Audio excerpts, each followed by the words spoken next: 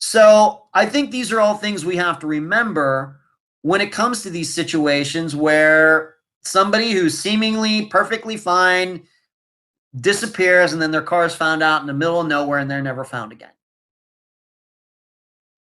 I just think that we have to keep that in mind because as the violent crime rate continues to go down, what does that mean? It means that mental illness, addiction, and suicide are going to start taking more and more of a percentage of the missing persons cases as an explanation.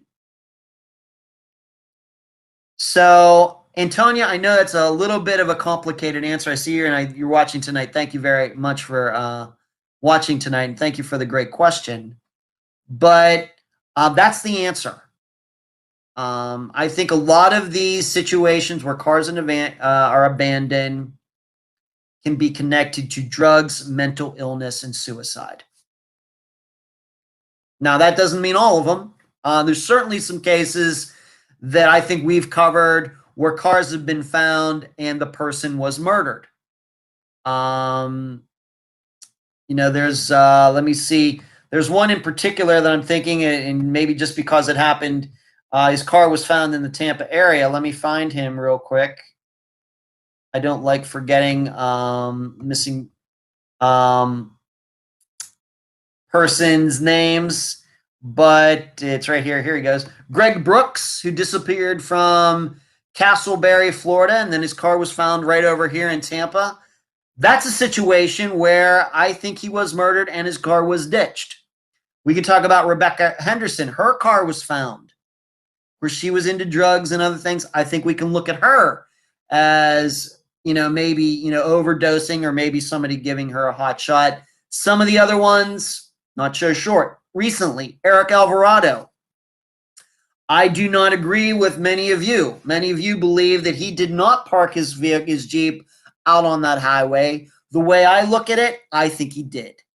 Now, that doesn't matter as far as how much I will help April, and Orlando and Matthew, the other family members, friends of Eric's, and trying to figure out what happened. But I'm telling you, my own personal opinion is I think that Eric did ditch his car out there. So there you go. But great question. I just don't think, Thomas Brown. Yeah, his car was found, of course. Then, of course, his remains were eventually found 12 miles.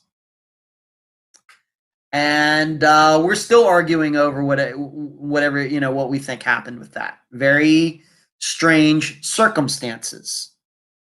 Very strange. Let's move to Friday's disappearance. And Brandy Wells, that's another one. Thank you, Marcus. Yes, and being that Michelle's in here, that's a very good example. April Andrews. She disappeared from Pea Ridge, Arkansas, November 18th, 2006. And this episode I am calling Through a Child's Eyes because, of course, this is one of those disappearances, one of those rare ones we covered where the missing person is a teenager. Here at Unfound, we kind of shy away from those. But it's also called that because the witness who saw her that day was only 8 years old at the time.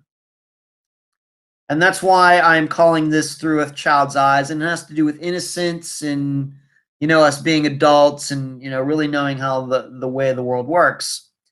But in it, afterwards, in the summation, which I've already recorded, I'm going to restate, the reasons that we generally stay away from child's disappearances, the general reasons, and then kind of applying them to April's disappearance in particular.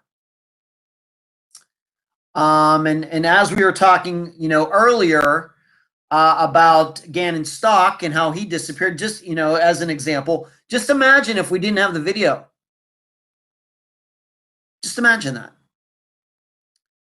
We would have a stepmother who said, yeah, he went out the door and I just never saw him again.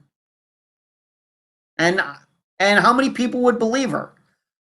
Probably quite a few. There would be people who were so suspicious, maybe even some of the people in this group, but we certainly wouldn't have any hard facts to be suspicious. It would just be our intuition, our gut, you know.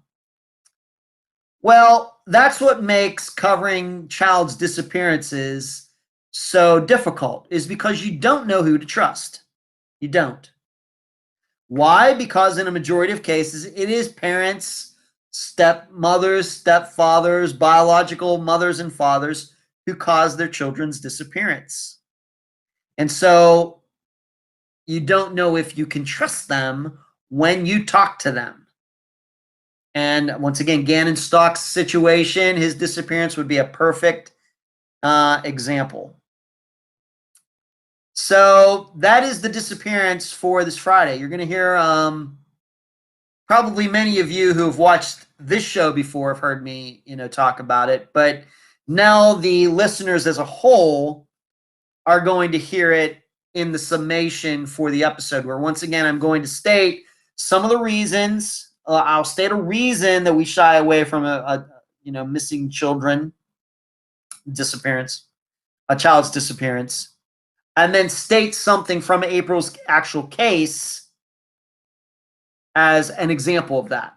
Now, the reason we were able to cover April's disappearance is because we were able to find somebody who is objective, who knew April, who knows a lot about the disappearance, and is not considered a suspect in any way, and that is her half-sister, Tanya Washburn, who didn't even, live near her at the time and had no reason to ever cause April's disappearance.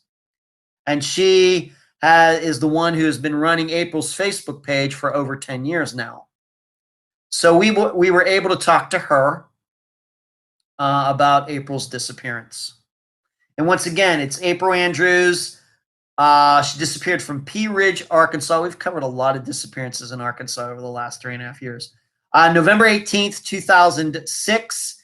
The episode is called Through a Child's Eyes, and the guest is April's half-sister, Tanya Washburn, who is 17 years older than April. So April was 15, and Tanya would have been 32 at the time. So I think that's about it. Wow, these YouTube shows just keep getting longer and longer and longer. But I love doing them, so just keep doing it that way. So what did we do? I talked about this past weekend. Talked about how Natasha is doing videos for the previews on YouTube. Talked about the Cassie Ramirez poll. Talked about the newsletter. Once again, if you did not get it, contact me privately. Talked about the website. Talked about Northwestern State University. Talked about Nova Southeastern. Talked about Gannon Stock. Talked about the forensic files that remind me of the Evelyn Washburn, Evelyn Hartley disappearance. Took some excellent questions tonight from all of you. And then we finished it with this Friday's episode, The Disappearance of April Andrews. That's all I got. And I guess you will hear me on Friday. And don't forget, patreon.com/Unfound podcast. If you'd like to support the program. Even at the $2 level, you get access to all the blogs I've written. But if you want to step it up to $12 a month, you can come join us on Sunday nights for the Think Tank, and you get additional ebooks and some other things. So that's all I got. Thank you all for watching for 1 hour and 42 minutes. And I hope you all have a great rest of the week. Good night.